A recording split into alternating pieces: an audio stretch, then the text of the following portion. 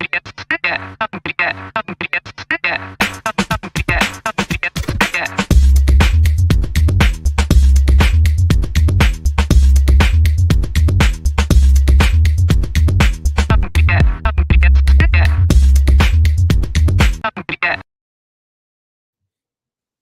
morning, buddy. How you doing, Chris? Good morning, Anthony. How are you? Happy Tuesday to you. Give me some sort of good news. I am absolutely giddy over my dad joke this morning.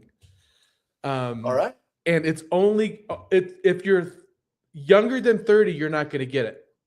But if you're older than 30, you're going to really appreciate it. You ready for it? Yes, we're huge in the senior citizen community. So we are. This is gonna be great. Well, Yeah. if you're 32, you're not a senior citizen. I don't know, but I mean, it feels like that way sometimes if you're 32. Did you know, Chris, that that they don't watch the Flintstones in Dubai, but Abu Dhabi do?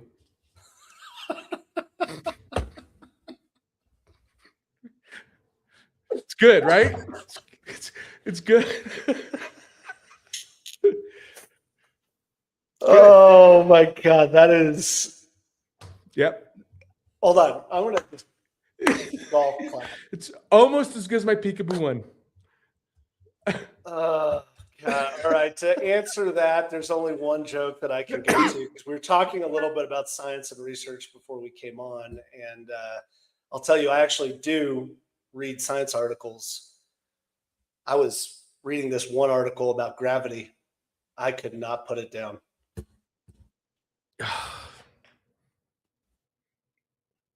That was a heavy one, Chris. Oh, you're on fire this morning. How you doing? How you doing?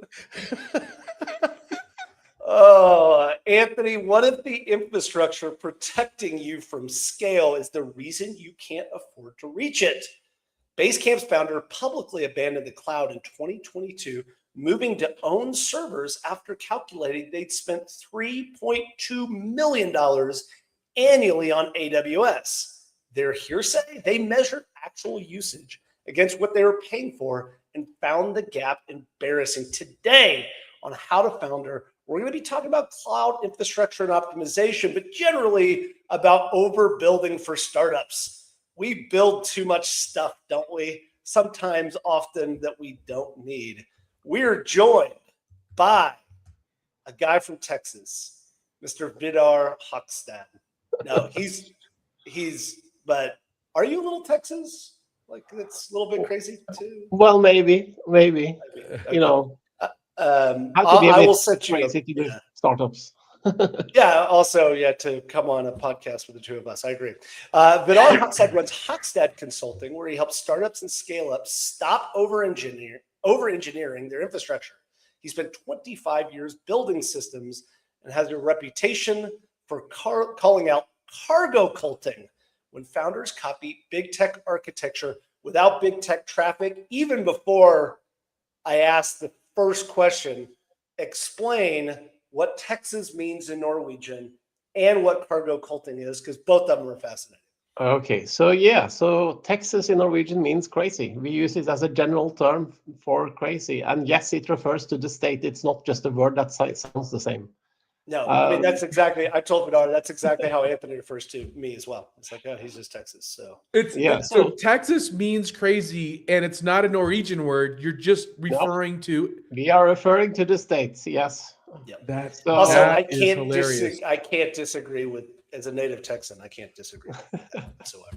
All right, it's a little bit of a cheeky one because you can talk about it. You can, for example, call a party completely Texas. It's a great party. It was completely crazy. That kind of thing. It's not necessarily insane.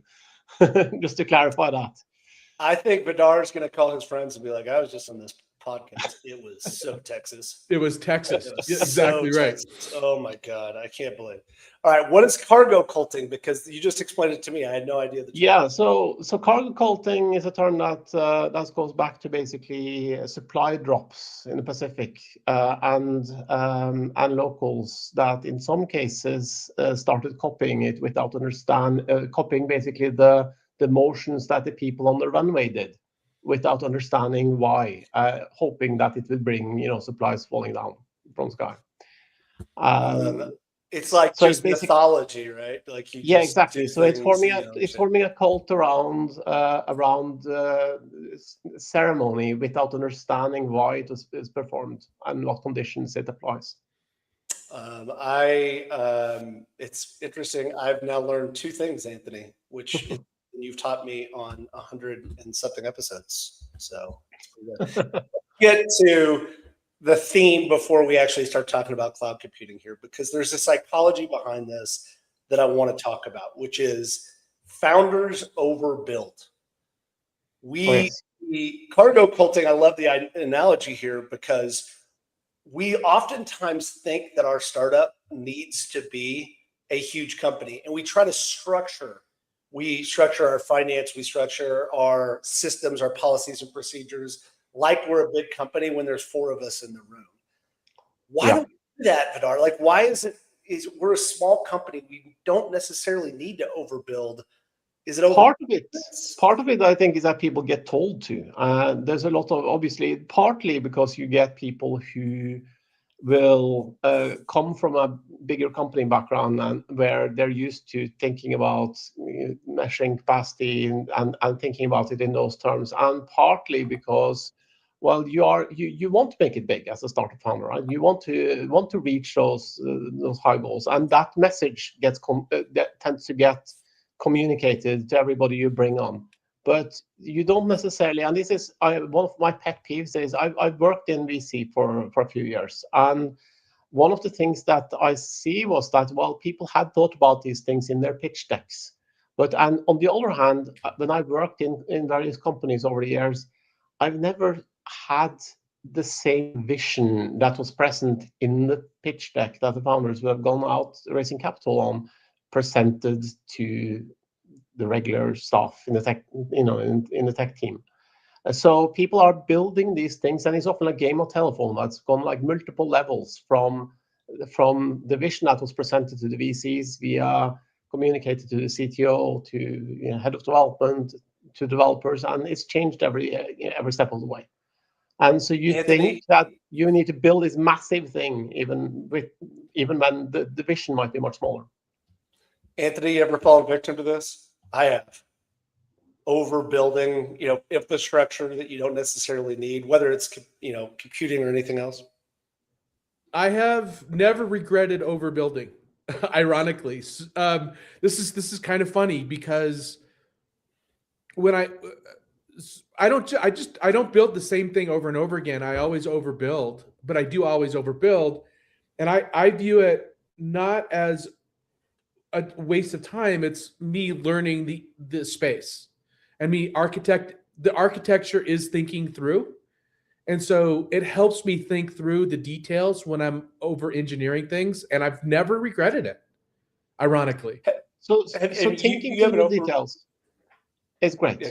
Thinking through it is great. But I think that where the overbuilding tends to be a problem is especially early stages where you're tight on touch, and where overbuilding can mean that you never make it to the next stage. Look, I'm gonna pull on something here though, Chris. So, Vidar said something that early stage founders do this, but our opening example, right, Basecamp, they were spending $3.2 million annually in AWS, so they decided to bring it in house. Do you know what Basecamp's revenue is? I don't know, billions probably. It's $280 million. So basically 1.5% of their revenue was COGS. And the CEO was involved in the decision of saving like maybe 0.5% of their COGS. I think that was, I don't know the entire story behind it, but on the face of it, that seems like a waste. That seems like, why are you engineering that internally in the headache and not using AWS? So I think yeah, go ahead. But I think that the frame of the question here is I've been on the other side of this, where my AWS bill, we were not using our entire infrastructure, and was bleeding us dry. Like, it was genuinely a huge line item expense because my engineering team was building for a scale that we wouldn't have reached in 4 to 5 years. I mean, is that sort of what we're talking about, Vidar? Yeah, no, absolutely. I think so. I have some concrete examples there where I've seen clients that have been building for a scale that there's no possibility of them ever achieving, because the market they were building for wasn't as big as the capacity they were building for. And it's like, if you have done the maths, and there is a realistic chance that you might be making it to that scale too fast for you to be able to turn around and change things later, then that's fine. But you really should at least have a handle on, okay, how big is your market? There will be projections in the pitch deck that you've gone to the VCs with, because they want to know that you're actually building for a market that is large enough. And you will have been estimating, well, how much of that market is actually obtainable.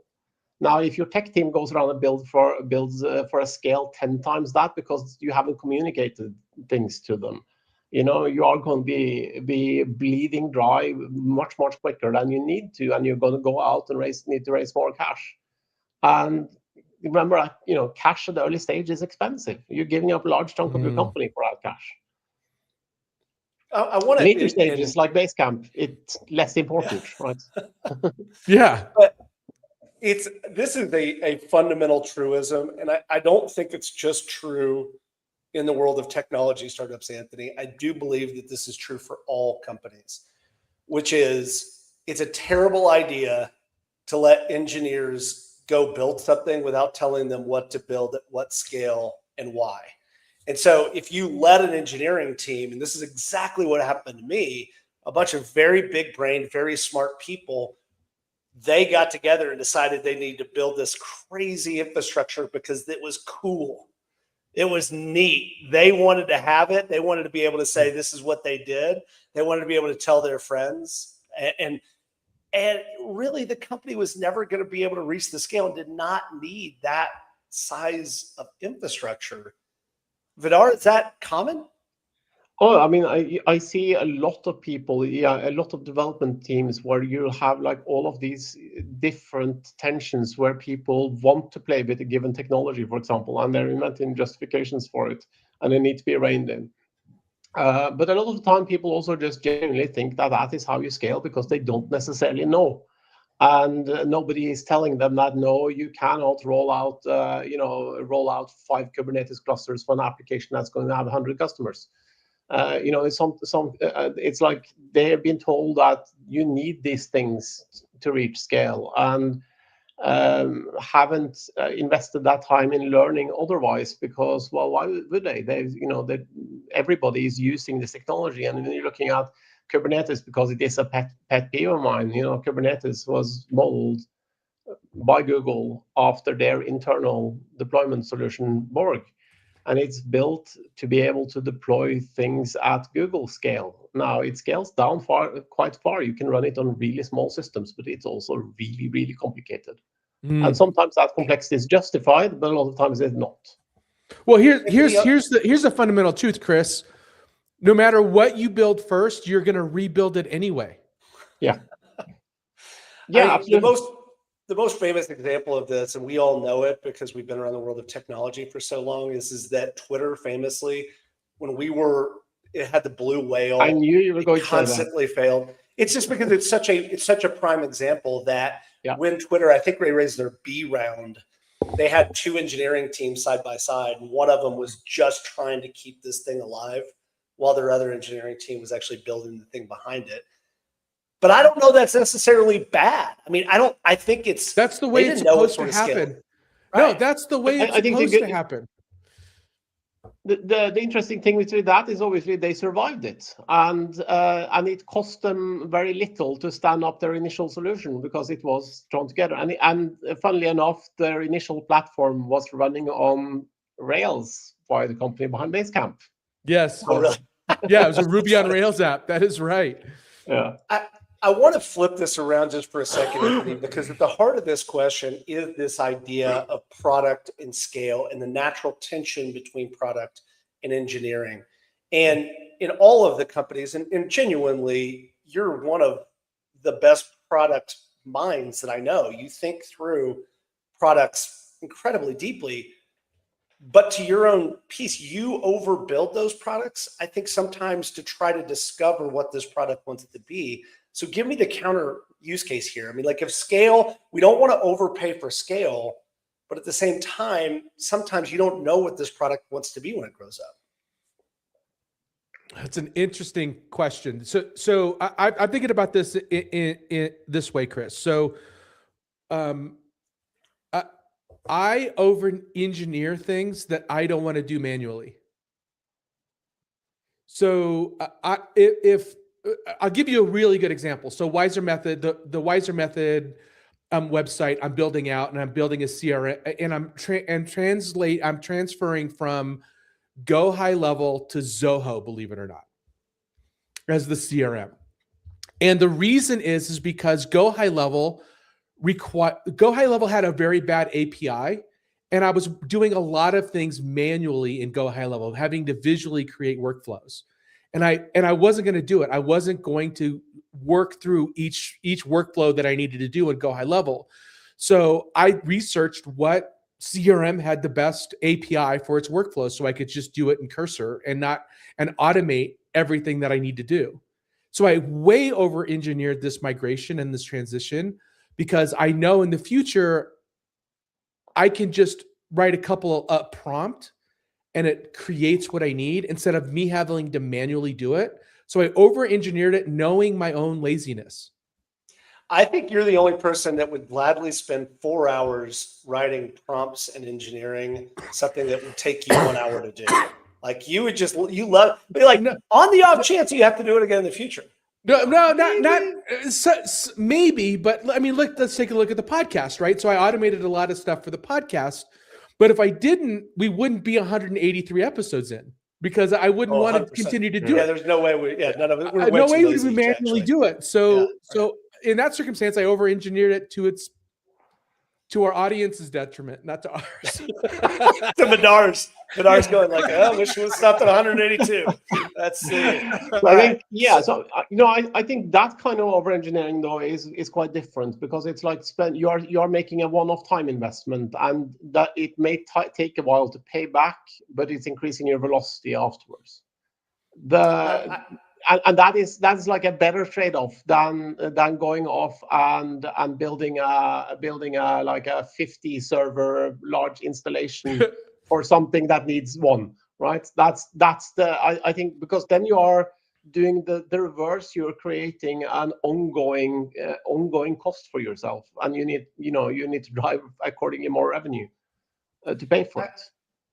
I want to get in and let's take a left turn into AI, because Anthony, I've got your co-founder agent system pulled up to my right here. I'm using it every single day now. We live in a world that's incredibly interesting. So at this moment, what's happened, all these companies that said that they were AI driven, that were basically an API call into OpenAI, they're not really gaining traction. The big AI guys are still going. There is, however, this world where I, never being last language I was sufficient in was basic. I can go build an app in a weekend that's an MVP. And that's an incredible moment in time for people that like to build products and like to test things, et cetera. But Vidar, like, what does that mean? And how do we, as people that want to go build something fast and test, et cetera, what does that mean? It's kind of the opposite of this question we're talking about, like overbuilding. This would be underbuilding. So I think, yes, I mean, it's an interesting one, because I'm using these models a lot. I'm just worried about hitting my weekly limit on my most expensive Cloud Max subscription every week, kind of thing. I'm using a lot of agents, and I think, yeah, it's a way of staying lean, building things with much smaller teams, and avoiding a lot of those scaling issues, because there's a lot of things that you can test out with agents, even without building out a proper, that this is not going to scale necessarily. You're not going to be able to farm everything off to Claude in production, but for a large user base. But you can avoid automating a lot of things entirely by just feeding them into these models and having models, use tool calls and stuff like that. So I'm more and more expecting us to head to a point where we're moving up from just the coding and to much more structural agents that are handling, more strategic ideation and stuff like that. Whereas I see a lot of developers that are still struggling with giving up control and letting Claude or Copilot stuff like that do things without asking permission every 5 seconds. Well, I am curious also because in my experience, using cloud computing, even just for my own little stuff that I'm doing, it's incredibly inexpensive. It really depends. Yeah. So I want to talk about that because Chris, you mentioned AWS was killing you, but you weren't using it to an extent. How do you get to an infrastructure that's not variably scaling with your business? Like, how do founders do that, Vidar? How do you scale the cloud inexpensively? So I think the first thing is that people tend to overestimate how much their demand varies with time zones and stuff like that. And if you're looking at if you're looking at somebody who's genuinely just offering services that most people will access during waking hours in a small region, that might be the case, and they can scale everything down to near nothing at night and stuff like that. But most people will have curves that are flattened out so much by global demand that it doesn't really buy all that much variable scaling. If you scale down your development environments, you can often save more and stuff like that. But then that's, the counter to that is that hardware on AWS alone costs like twice as much as what it costs from cheaper providers. Bandwidth costs 50 times as much, 50 times as much than what you get from smaller providers. And 5 to 10 times more than even smaller, relatively large cloud providers. Like, if you're serving lots of outbound bandwidth, you would cut your bills to a fifth just by moving to DigitalOcean, for example. But you can cut them far more by going somewhere else. So it really depends on what you're doing, and a lot of people. The biggest problem with cloud computing there for a lot of people isn't necessarily that they're in the cloud, but that they're in the cloud and not paying attention. Because I think the greatest genius of AWS was that they took control from the CFOs. They got to the point where people didn't anymore have to fill in a form, ask for budget, get approval before they spin up servers. They have an API. They spin up servers whenever they want to, and then the CFO comes crying to them afterwards when the bills come due.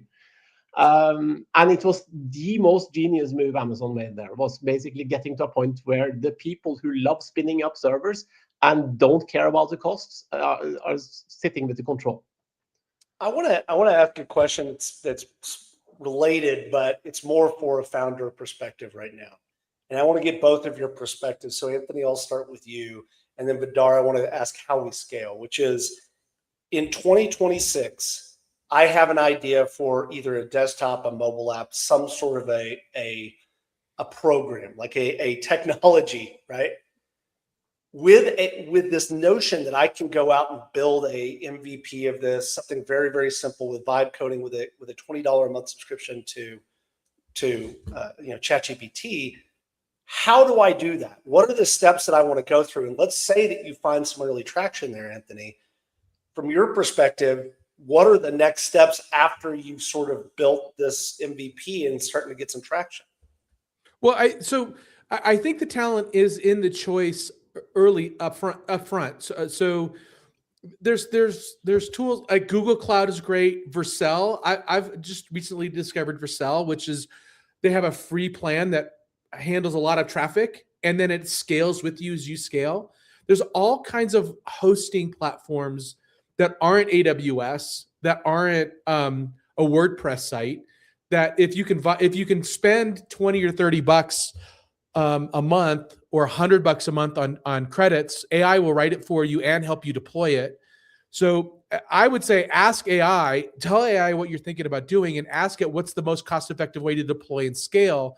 And there's a lot of really great options for you there. And then also, even like the App Store, Apple's App Store offers free data. Like you can store all your data with Apple, and I don't know if that's what you want to do, but there are ways around paying for stuff up front that will scale for you in a variable way. But our same question, but Matt, now, okay, maybe we've done that. Maybe we've done a free plan. Yeah. And I need to start kind of growing a little bit. I'm bumping up against it. How do I think about building something that is not overly built, but will scale with me? So I think the main thing people need to look at is, well, what are they actually going to need to scale to? And then you need to have an idea of how rapidly you need to scale, because that is going to be a big part of it. So if you are if you are seeing your demand is going like straight through the roof, then yeah, okay, look at scaling up, building something like proper solid from day one, because you're going to need to be able to scale into a cloud solution if you're seeing demand go like that. Most people don't see demand go like that. They see a much flatter demand curve, and they are going to need to basically look at, well, okay, what's the simplest thing I can add here? And it may well still be that you're using a cloud provider because it's easy for you, and that's fine. But don't build out like in three different regions and over-engineer everything. That's the kind of over-engineering that tends to drive me crazy. It's when people are thinking, okay, well, my demand is, I'm growing 10% month over month now. Well, that's great. But it's not the kind of demand that then requires you to set up a really super complicated system, because it's still manageable to grow with it, and wait until you actually have the revenue for you before you build a big, complicated, expensive solution. I totally. This reminds me, Chris, of one of the AI first principles, actually, which is optimize value for per resource spent. It's a really simple thing where it's like, if you're scaling across 3 regions across the US in order to save a half a millisecond of time for your users to get it, is that resource to scale across regions worth the value of a half a millisecond? Yeah. And it's often also, a lot of the time when people do that, it's because they are thinking about, they need to be like 5 nines resilient kind of thing. And yeah, they've heard that. You don't. Yeah, and exactly, and they've heard that, oh, you need to have three instead of 2, because if you have 3, you need to, you only need to have 50% over capacity in case one of the regions falls out. Whereas if you have 2, you need to be able to handle twice the load. But yeah, you don't need to even handle twice the load, because your customers are going to be fine if things slows down for a while, until you get really big, and that costs you more in customer service than it costs you to, spread things out. At the heart of this, Vidar, is a really interesting question, which is, I, as the founder, I'm going to build a pitch deck, and I'm going to go show this to VCs, and I'm going to show the fact that the line, Anthony, starts here and then goes there, right? Like it always goes up and to the right. The reality is that user adoption curve, and how people actually use the application is complicated, and you probably aren't going to know that yourself. And you probably need to go talk to somebody like you, Vidar, and say, how does this actually work? How do I figure out, even with my projections, like, I'm thinking in the financial world, the sensitivity analysis of, okay, if this happens, it could be here. How do I do that with user adoption and compute? Well, so the interesting thing is that I think that's almost overthinking things, because you can go look at your of the projections you have, and you can look at, okay, what's your runway going to be? So this is one of the interesting things I learned by actually working for a VC for a while, was obviously you're going to a VC and you're pitching a VC, you're not going to pitch them for cash for 10 years, because cash at an early stage is expensive. The earlier stage, the more expensive the cash, because your valuation is lower. So you are pitching for 2 years or so. And if your demand curve is going straight up within that period, your VCs will be extremely happy to help you with another round. That is not the problem. So at that point, you can throw vast amount of resources at fixing your scaling issue. Now, this is a luxury problem. It's like it's only extremely few cases where you're getting into that kind of situation and you die because you cannot fix the scaling issues you have because people will be throwing money at you. The big challenge is when you're not growing like that and you have burned through like half your cash in the first few months because you're building something crazy ridiculous instead of actually looking at the demand. So I think the reality is that you should just hold back and maybe not worry so much about it until you actually start seeing you get traction, and then talk to somebody like me or anybody that has experience in that space to figure out, well, how do you do that transition smoothly? And often there are really, really simple things you can do to buy you time, right? With one startup I was working at where we had suddenly got some traction, and the simple solution to our server suddenly slowing down was to add like a 1 second cache to one of the most critical, often hit pages, because that capped the number of requests to the backend servers at 1 second, and that was enough for us to be able to handle the rest, right? So don't build for that scale until you see it actually the curve at least starting to trend upwards. Anthony, I want to give you one more kind of weigh in here before we go to the speed round, which is there's a fundamental principle at work here, which is something where we came up where compute was more expensive, and we really had to be very cautious of that, of don't overbuild for the stage that you're at. And Twitter is the perfect example. We all applauded Twitter for building something crappy that broke all the time, and then got to a scale and then said, okay, great, now go rebuild it. If you can kind of boil that down to a principle for founders, as far as it's not just about software and computing power. How do we make sure that we're not overbuilding for the phase that we're at? How do we make sure that we continue to stretch the capacity of whatever it is that we're doing? Yeah, I mean, you're trying to talk a founder out of overbuilding is like trying to talk him out of breathing. Like that's very difficult. But I do think that founders need to put their head in check about, are they building because they don't know what they should be doing, or are they building because there's a strategy behind what they're building? Are they engineering for an end goal, or are they engineering because they don't know how to go to market, or they don't know how to get distribution, or they don't know how to write marketing copy? So figure out why you're building first and what the destination is, and don't talk yourself into it. Don't reverse rationalize it, right? Have the destination that you want to get to and then build to that. That's fine, but don't build to procrastinate the other things that you should be doing. Back to founder-led sales, Anthony. All right, founder-led Vidar, sales. Are you ready for the speed round?